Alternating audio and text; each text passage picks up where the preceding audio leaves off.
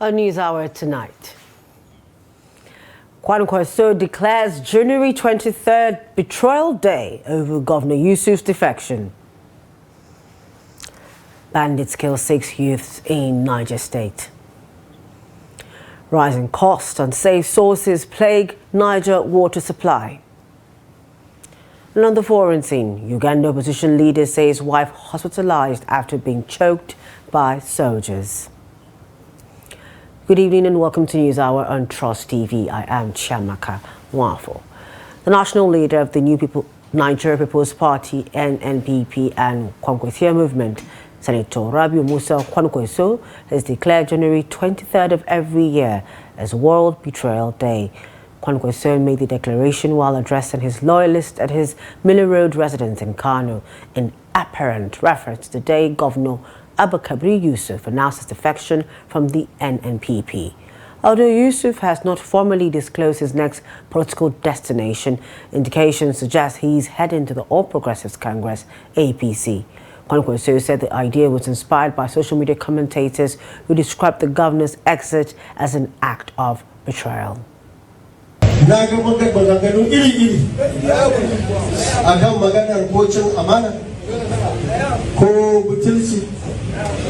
Da sauran abubuwa iri-iri a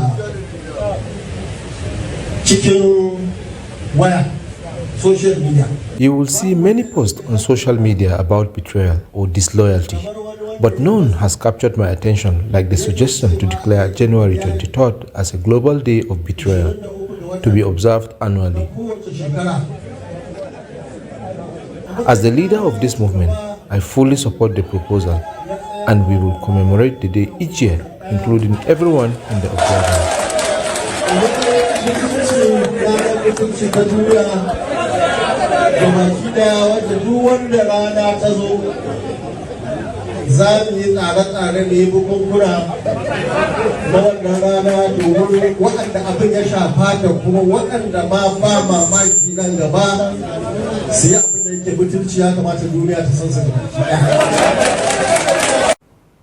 Meanwhile, the Kano State chapter of the new Niger People's Party, NNPP, says Governor Yusuf will face consequences for betraying the party. Yusuf quit the NNPP on Friday, claiming the party was in a bad state and unfixable, living alongside some members of the House of Representatives and State Assembly. Shortly after, the party asked him to formally resign before joining the All Progressives Congress. Reacting, the NNPP called his claims baseless, noting that party congresses were recently held at all levels, supervised by INEC, with Yusuf in attendance. The party also highlighted its victories in 2 supplementary elections last year, warning that Yusuf's defection threatens the state's progress and recalled similar political betrayals in Kano's history. The party urged Kano residents and its supporters to remain calm, saying that history has always shown that those who abandon principles for convenience often face public judgment, and reaffirmed that the support will ultimately support leaders who remain loyal to their commitments. Still staying in Kano, the governor Yusuf has replaced his special advisor on political matters, Sunusi Surojo Kwankwaso, with Mustafa Makwana, following Sunusi's resignation amid ongoing political realignments in the state. The development was confirmed by the governor's spokesperson, Sunusi Bature Danwankitofa, who announced Makwana's appointment in a post on his verified Facebook page. Sunusi Surojo Kwankwaso, a loyalist of the Kwankwasia leader, Rabiu Musa Kwankwaso, had earlier announced his resignation in a viral video citing Governor Yusuf's exit from the NNPP and reports of a planned defection to the APC. He said his decision was based on loyalty and principle, declaring he could not serve under the APC and reaffirming his allegiance to Kwankwaso and the Kwankwasia movement. The appointment comes amid a wave of resignations and political shifts in Kano State following the governor's defection. On a sad note, bandits have killed at least 6 people in the Meriwawa community of Borgu local government area of Niger State. Sources identified the victims as Naziru Surajo, Lukman Moritala, Salihu Isa, Zakari Ibrahim, Bashir Abdullah, and Abdurrahman Yahaya. The incident, which occurred on Thursday, has heightened security concerns among residents of Borgu and other local government areas in the Niger North Senatorial District. One of the sources who preferred to remain anonymous told Trust TV that the incident happened when some farmers were on their way to their farms to harvest crops. According to the source, bandits emerged from the Kainji National Park and opened fire on them, forcing some of the occupants to abandon their vehicles. The spokesperson of the Niger State Police Command, SP Wasiu Abiodun, could not be reached for comment. However, the chairman of Borgu Local Government Area, Nasiru Muhammad Abdullahi, confirmed the incident. Joining us now via phone call is our state reporter, Abubakar Kote, to give us an update on the situation in Niger State. Good evening, Kote. Good evening.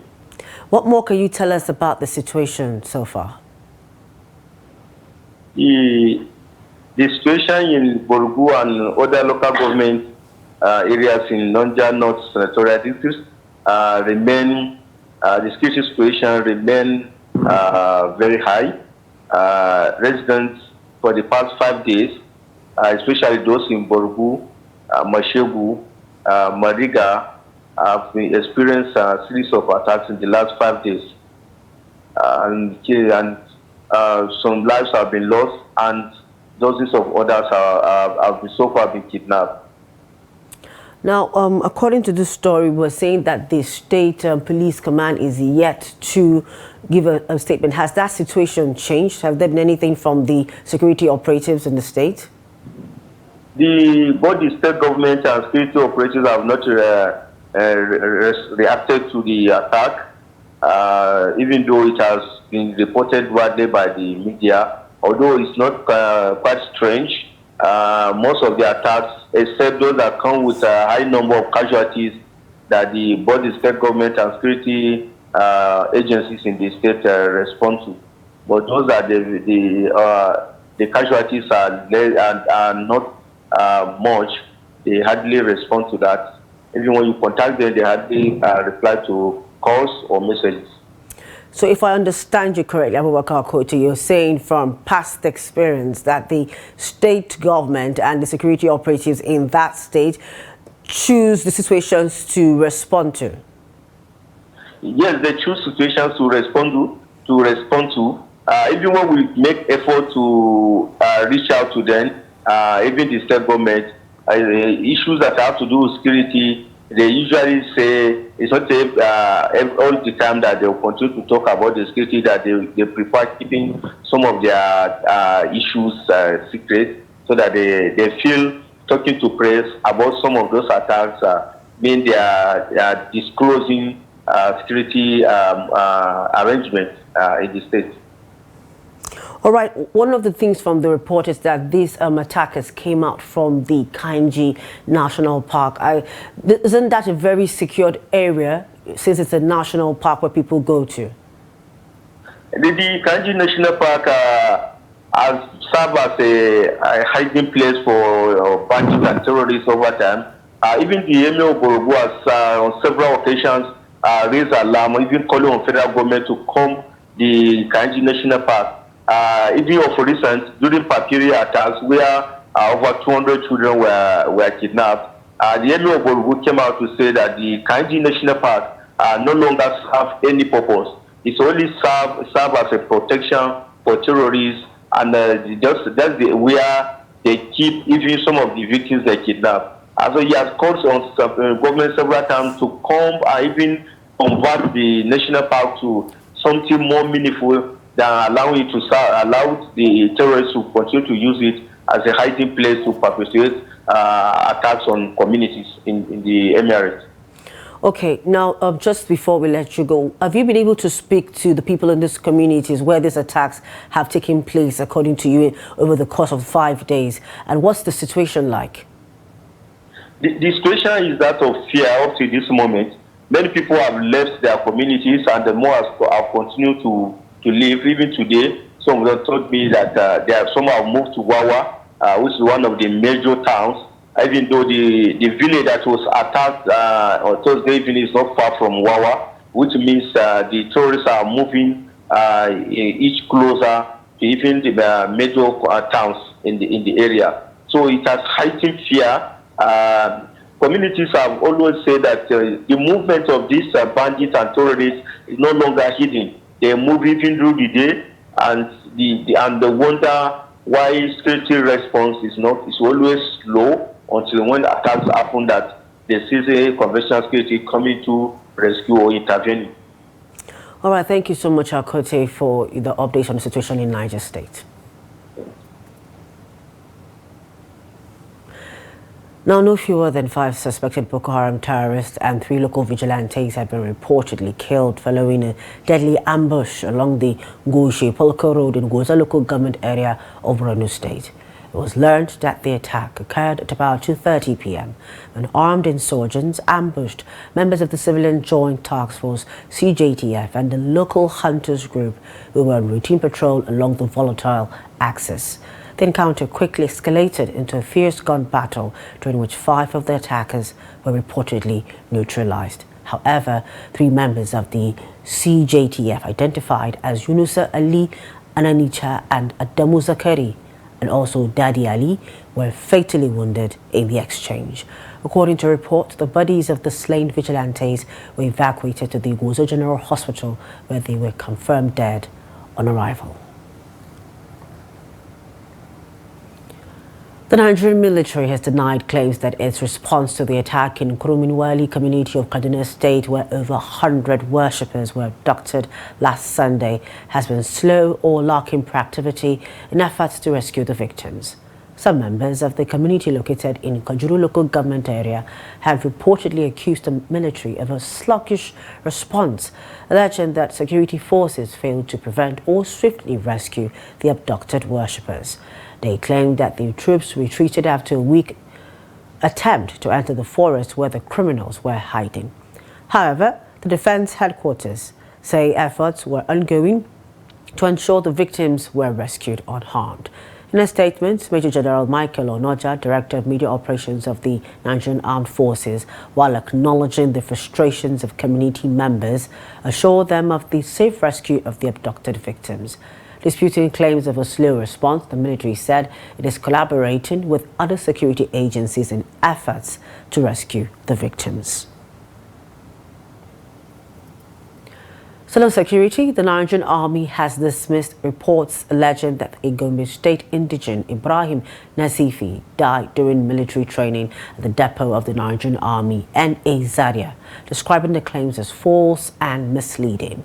In a statement issued by the Acting Assistant Director, Army Public Relations, Depot, N.A. Zaria, Captain Chikadibia Viola Anele, the Army clarified that although Nazifi was shortlisted for training, he never reported to the depot. The statement was posted on the X handle of the Defense Headquarters on Saturday.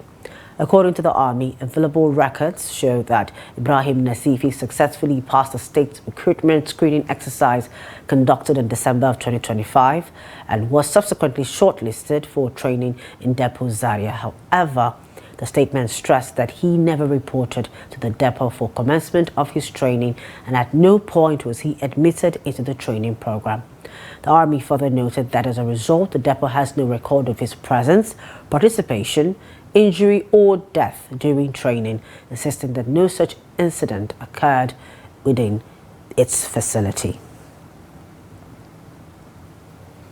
Away from security, the Trade Union Congress of Nigeria TUC and the Nigerian Labour Congress NLC have issued a 14-day ultimatum to the Federal Ministry of Health over the delayed implementation of the report of the Technical Committee on the Adjustment of the Consolidated Health Salary Structure, CONHES, which was submitted in 2021. The unions made this known in a statement jointly signed by TUC Secretary General Nuhu Toro and NLC Acting General Secretary Benson Ukba on Saturday in Abuja. They are demanding the immediate implementation of the CONHES report, which was chaired by the National Salaries, Incomes and Wages Commission and aimed to address salary distortions in the health sector. Describing the continued delay as a deliberate act of injustice against health workers, the unions noted that the non-implementation reflects bad faith and institutional disrespect for organized labor. They also recalled that similar adjustments under the Consolidated Medical Salary Structure, CONMES, were implemented promptly. According to the unions, the selective application of salary adjustments exposes government's insincerity and discrimination. The Joint Consultative Forum of Tertiary Educational Institutions owned by the Katsina State Government has suspended its 2-week warning strike. The chairman of the forum, Dr. Muhammad Nasiru Gidado, announced this in a statement issued in Katsina on Saturday. The strike was declared by the forum on January 12, 2026, following what it described as the government's refusal to address its demands. According to Nasiru Gidado, the demands include the non-approval and non-implementation of 35% and 25% salary increments for staff of the affected institutions. According to him, it was agreed that negotiations would commence immediately with the government to resolve all the lingering issues. Despite billions of naira budgeted annually for the water sector in Niger State, residents say access to clean and affordable water remains a daily struggle, worsened by unsafe water sources and rising costs. Trust TV's Abubakar Akote tells us more. More than 10 communities rely on this dam as their primary source of drinking water. However, the water source is exposed to contamination as animals drink from the dam, while residents engage in open defecation around the surrounding mountains. Malam Mahmouda Aruna has taken it upon himself to monitor the dam, controlling both animals and residents to prevent misuse and contamination. In supervising this dam, I face many challenges, but have been patient. I receive insult from children and women, but I do not bother because I'm supervising the dam not for payment, but for our own health. That's why I even control animals from entering the water. As time goes on, the dam dries up. When it dries, we start digging the ground with hose to get water. First and foremost, there are so many communities that depend on this water. The water is located in Tudumfula and Ingabas, and the community around Tudumfula and Ingabas that benefit from this water. We have Angwamburi, we have El Wazir, we have Angwam Masa, and other adjoining communities that are there. Dry season is usually very challenging for us due to water scarcity. Some people have to go outside Mina to get water.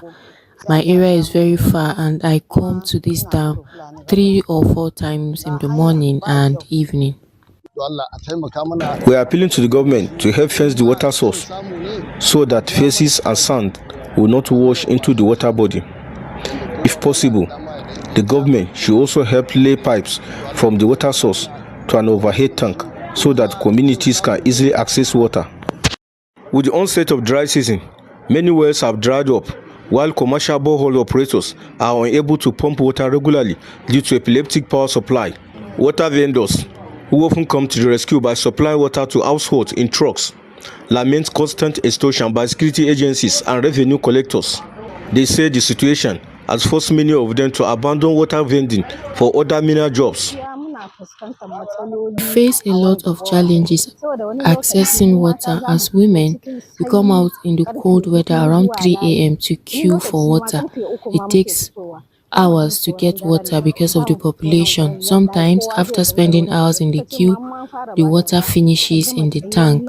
Epileptic power supply usually worsens our problem.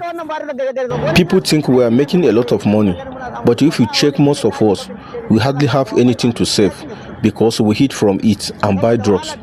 People complain that the water is too costly. What can we do? As you can see, I am feeling pain all over my body. Some people rely on me every day to supply them water.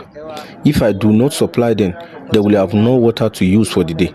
And on our way to supply our regular customers, some people stop us on the road to buy water because of scarcity. Pushing the truck with the water is not easy. In some areas, we face harassment from youths who accuse us of selling water at high prices. Sometimes, if they cannot afford to buy and we insist on our price, they start breaking our jerrycans.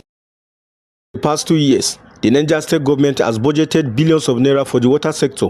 Yet, residents insist that the problem of water scarcity remains unchanged. Meanwhile, The Niger State Water and Sewage Corporation has expressed concern over the continuous vandalization of water pumping facilities in Minna, describing it as a major setback to efforts aimed at improving water supply.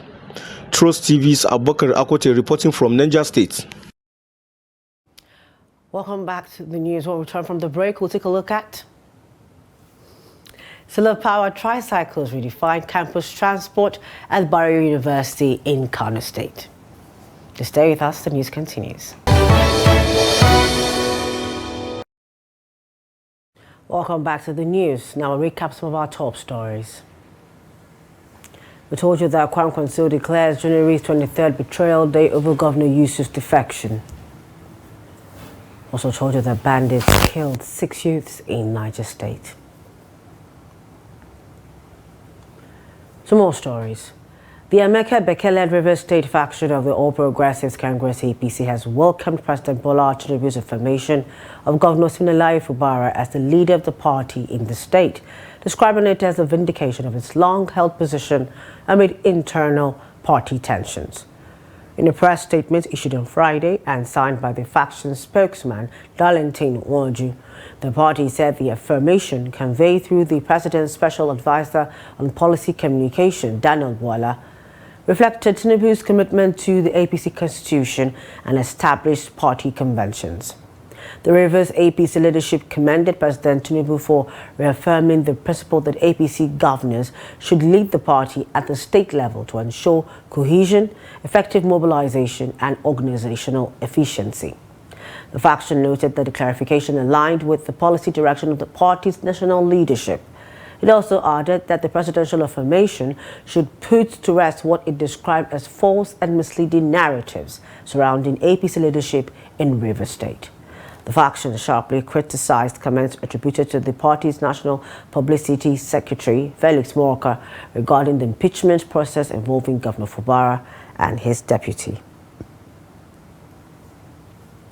The deputy spokesman of the House of Representatives, Philip Wagbese, has described as belated the interim report by the Minority Caucus ad hoc committee on alleged alterations in the tax reform laws, saying the issues raised had already been overtaken by events. Wagbese spoke in Abuja after the clerk to the National Assembly released the certified true copies of the Tax Reform Acts. The Minority Caucus Committee had earlier alleged discrepancies between the laws passed by the National Assembly and the versions gazetted to the public, particularly the Nigerian Tax Administration Act. However, Wagbese said the leadership of the National Assembly had already acted to resolve the matter. The Speaker of the House, Tajuddin Abbas, and Senate President Godswill Akpabio, ensuring the release of the authentic versions as passed and assented to by President Bola Tinubu. He also added that an internal verification process was ordered to confirm that only the correct laws are in circulation, stressing the House's commitment to transparency, due process, and the protection of legislative integrity. In Taraba State, Lawu local government area is a community with a rich but largely forgotten commercial history. Once a major hub of European trading activities along the River Benue, Lawu played a significant role in regional commerce during the colonial era. In this report, our correspondent takes a closer look at how the trade began, how it was conducted, and why it eventually disappeared. Lawu local government area today appears calm and quiet, a sharp contrast to how it was several decades ago. At the height of European trading activities in the late 19th and early 20th centuries, the town bustled with commercial life. Traders, canoes, warehouses, and the river traffic were part of everyday business activities. According to the chief of Lawu, Abdullahi Ibrahim, now in his 80s, the history of European traders in Lawu has been handed down through generations. He said the town's strategic location along the river Benue attracted European merchants who accessed the area through river transport. The monarch explained that the trade brought economic opportunities to the people, making Lawu widely known as a commercial center where many families benefited. However, over time, control of the trade gradually shifted away from the local population. Despite the end of European trading activities, he noted that Lau has remained productive through agriculture, fishing and other forms of commerce to this day.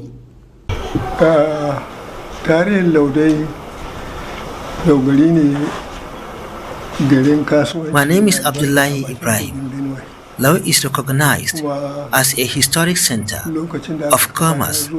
Its strategic importance attracted Europeans who traveled from Europe to trade with the community. They brought items such as bicycles, motorcycles, clothing, and metal tools, while exporting groundnuts, cotton, and other agricultural produce.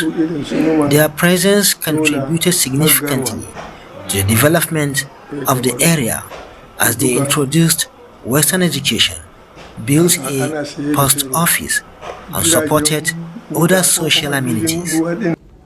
Some residents say their parents often record how business thrived during the period when employment was readily available and the town was vibrant.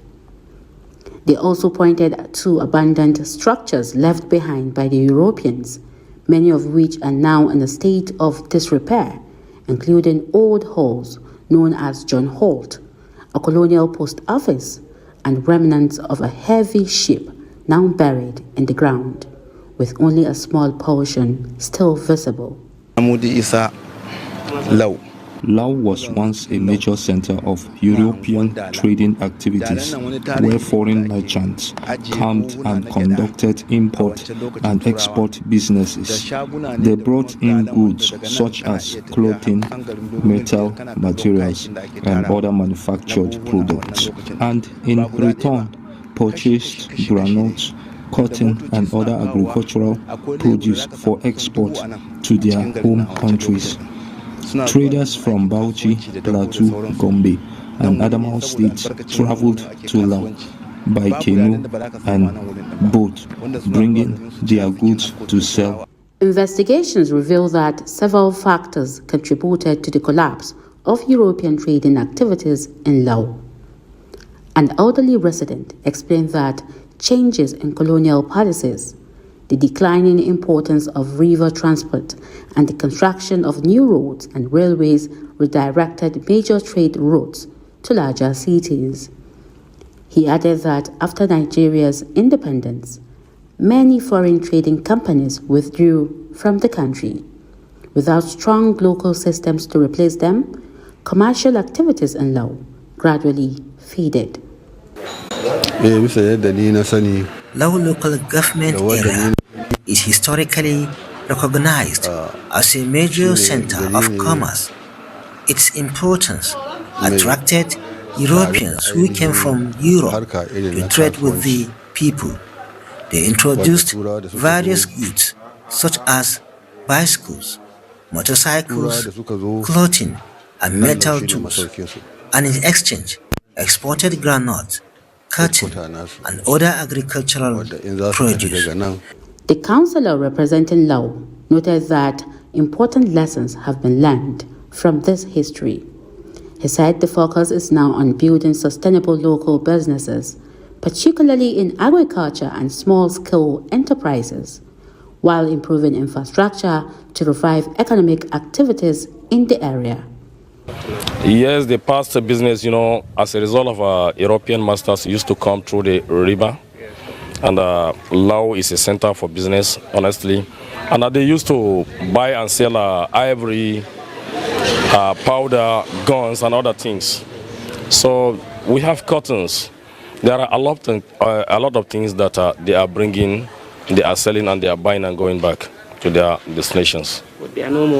Although European trading activities in Lau no longer exist, their impact remains deeply rooted in the memories of community leaders and residents. Many believe that understanding this history is essential to building a stronger and more sustainable economic future for the town. From Taraba, we go to Kano State, where Bayero University has taken a bold step toward sustainable transportation with the introduction of solar-powered tricycles to ease movement across its expansive campus. The initiative follows the phased withdrawal of motorcycles, which for years served as the dominant means of intra-campus transport. Now, tricycles have become the preferred option, and with the adoption of solar technology, they are reshaping student life while promoting environmental responsibility. Abdulaziz Ibrahim reports.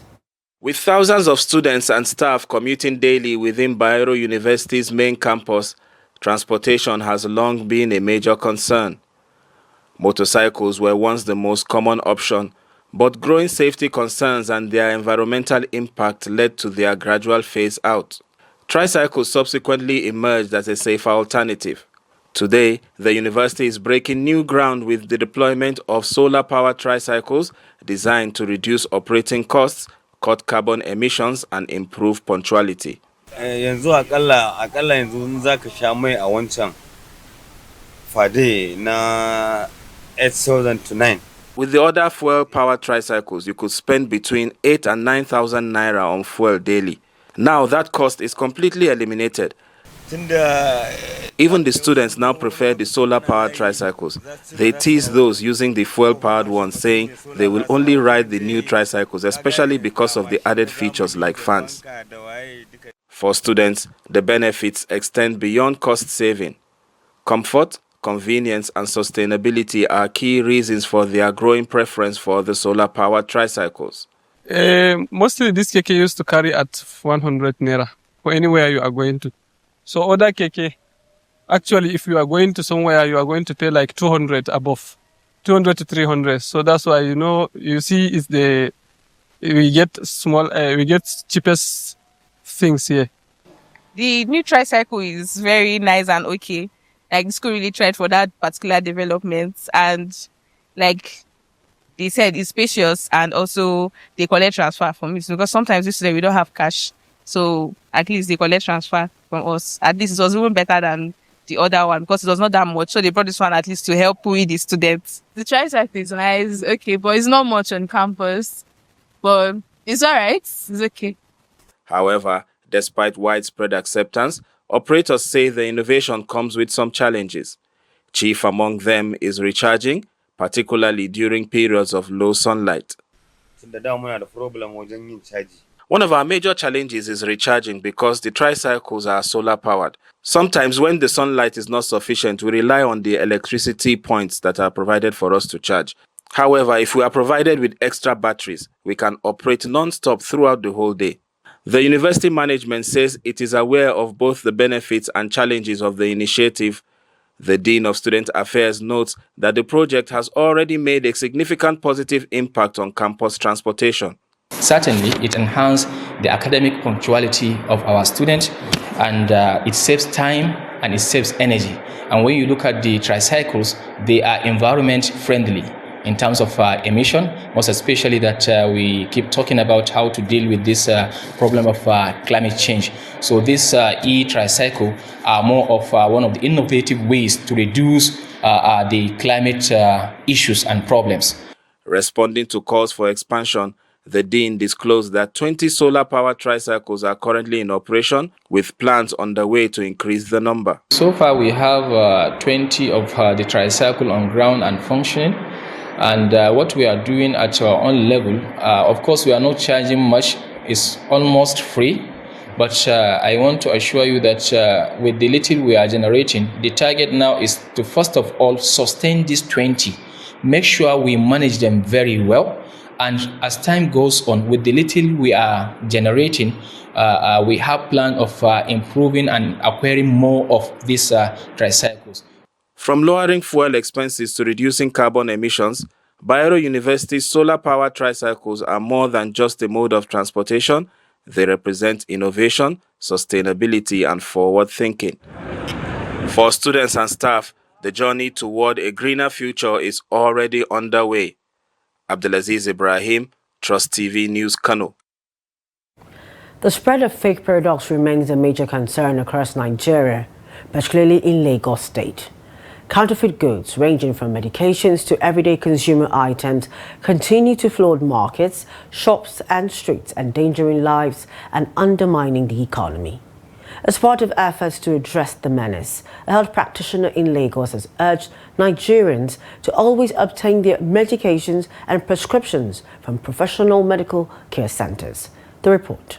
The widespread circulation of fake products in Nigeria has become a serious concern, affecting multiple industries and posing significant risks to consumers. Counterfeit products, including cosmetics, drugs, beverages, and even electronics, making it increasingly difficult for buyers to distinguish between genuine and fake items. The pharmaceutical and cosmetic sectors are among the most affected.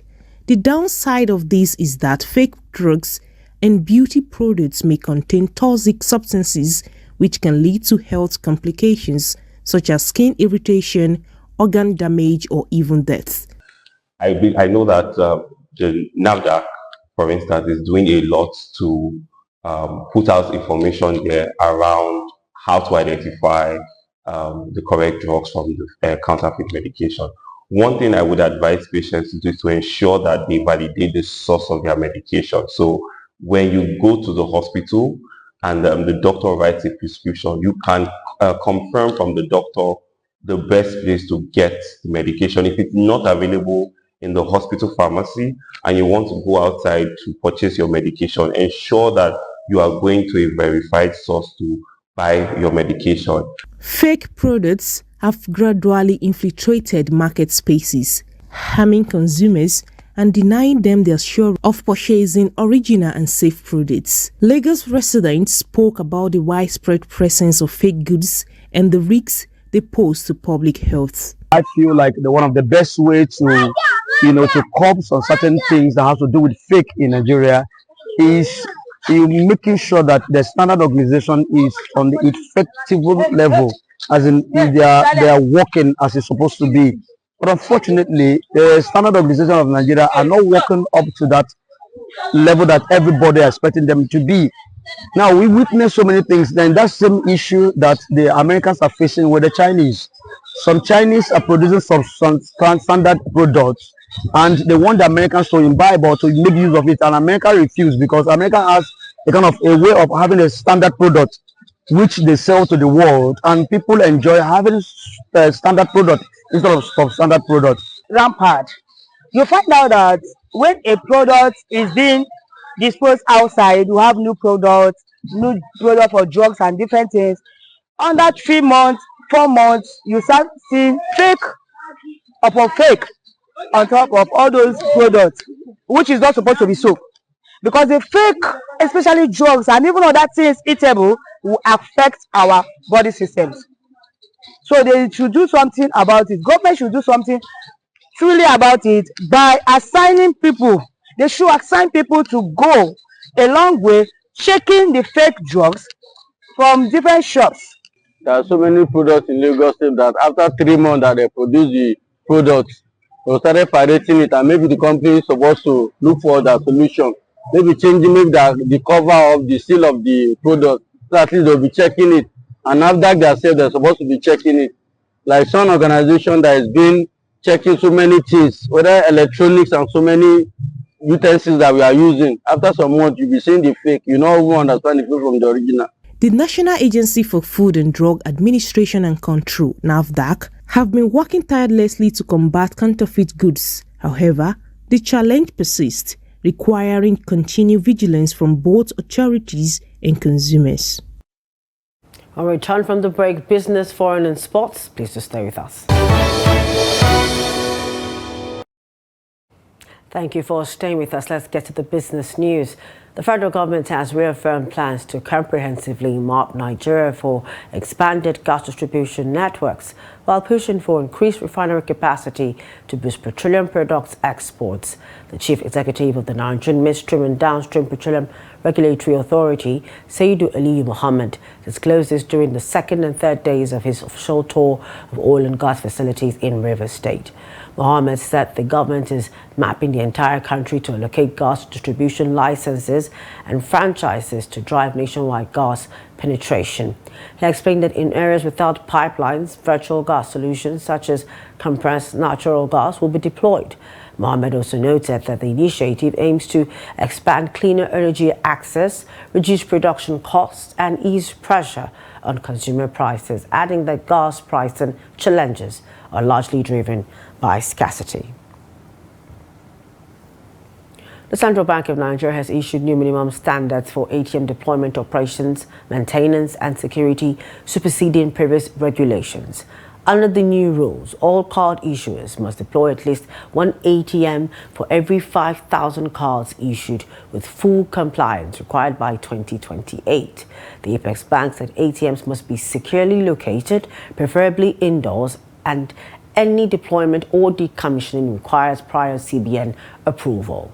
The guidelines also set timelines for failed transaction refunds, including instant for on-us ATMs, 24 hours for manual reversal if needed, and 48 hours for not on-us ATMs. It added that automatic refunds must be initiated without customer prompting.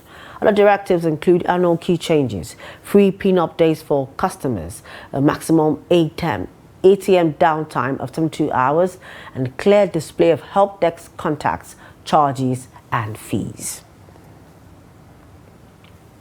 From Nigeria, Uganda's opposition leader Bobby Wine said on Saturday that his wife had been taken to hospital after soldiers invaded their residence, partially undressed and choked her.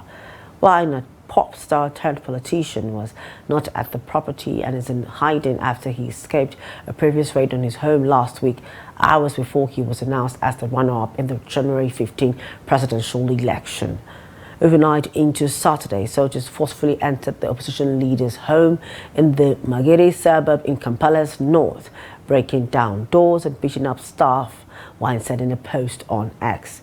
Uganda military spokesperson Chris Magezi could not immediately be reached for comment. For a decade, incumbent ruler Yoweri Museveni, aged 81, was declared winner of the vote with 71.6% against Wine's 24%. Wine rejected the results, alleging extensive fraud, including ballot stuffing. During the raid on the residence, Wine said the soldiers held his wife, Barbara Kyongulani, at gunpoint, asking her to reveal his whereabouts. Africa is no longer in the grip of a public health emergency over Mpox, though the viral infection remains endemic in several settings. The Africa Centers for Disease Control and Prevention has disclosed. The announcement by the Director General of the Africa Centers for Disease and Control and Prevention, Jean Kaseya, on Saturday comes after the World Health Organization (WHO) in September said Mpox was no longer a global health emergency. WHO had declared its worldwide public health emergency over the viral infection previously known as monkeypox and related to smallpox in August 2024 after a two-pronged Mpox epidemic broke out, primarily in the Democratic Republic of the Congo, DRC.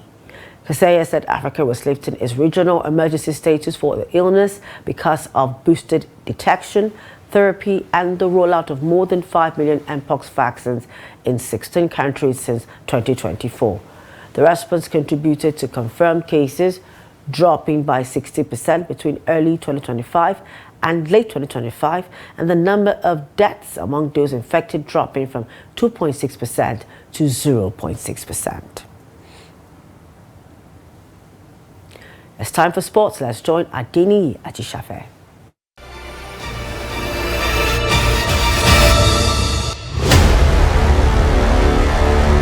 Rivers United picked their first point in this season's CAF Champions League with a goalless draw against Power Dynamos at Levi Manawasa Stadium in Ndola, Zambia. The pride of Rivers and Dynamics came into the game in search of their first point in the campaign, having lost their opening two matches and in urgent need of positive result to revive their campaign. Spurred on by home support, Dynamos showed greater intent in the early minutes, attempting to stretch their visitors with quick transitions. Rivers United, compact and disciplined, slowed down the tempo as the Nigerian side grew into the game in the first half, yet their build-up lacked final pass to score.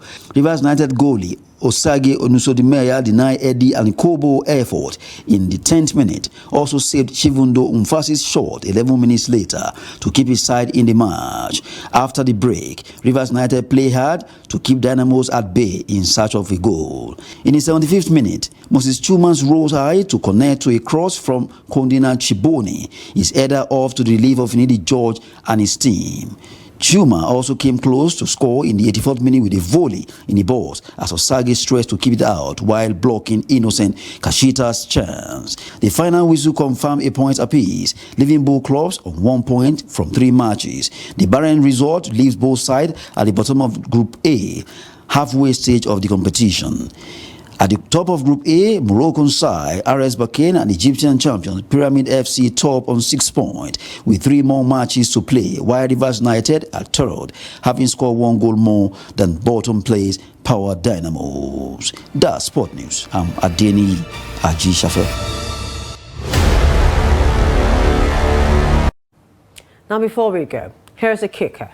When Kenyan nursing graduate Ruth Apondi Omondi created Smart Mama as a simple telemedicine platform in 2024, she knew she was bridging a critical gap in maternal care. 24-year-old launched the M-Health service in Nairobi to provide pregnant women with reliable information to help them make better health decisions and their journey to childbirth. Let's take a look. 24-year-old Ruth Apondi Omondi's win of the Top 40 Under 40 Women Award in the Social Impact category by Kenyan news publication Business Daily in August 2025 marked a major milestone in her life-saving work. Smart Mama is a mobile health platform Omondi created in 2024. The idea is simple: to bring trusted, clinically accurate information directly to mothers into their phones, homes, and visual conversations. Health education is very important because the client is able to understand, is able to know about their condition, what they are facing, what are their options, what can they do, and make better choices. Through WhatsApp, Google Meet, and private consultation, Omondi guides women through different stages of pregnancies, creating a safe space for questions and anxiety. Her early client base was small, about 25 women whom she followed closely, but her reach has expanded through group forums. She measures the impact of Smart Mama through the many mothers who message her after delivery. Since I interact or I cater to this specific group of or rather this specific population, it's special to everyone because mothers are very important. We bring life, and it's good that I'm able to impact them and my efforts were recognized. So as you progress, then there's going to be more of Smart Mama. What began as improved visual education soon grew into something larger. It taught Omondi an early lesson about charity, trust, and the gap between what digital platforms promise and what users assume. Her vision for Smart Mama is clear: a full telemedicine platform offering educational content vested by nurses, visual consultation, and peer support communities.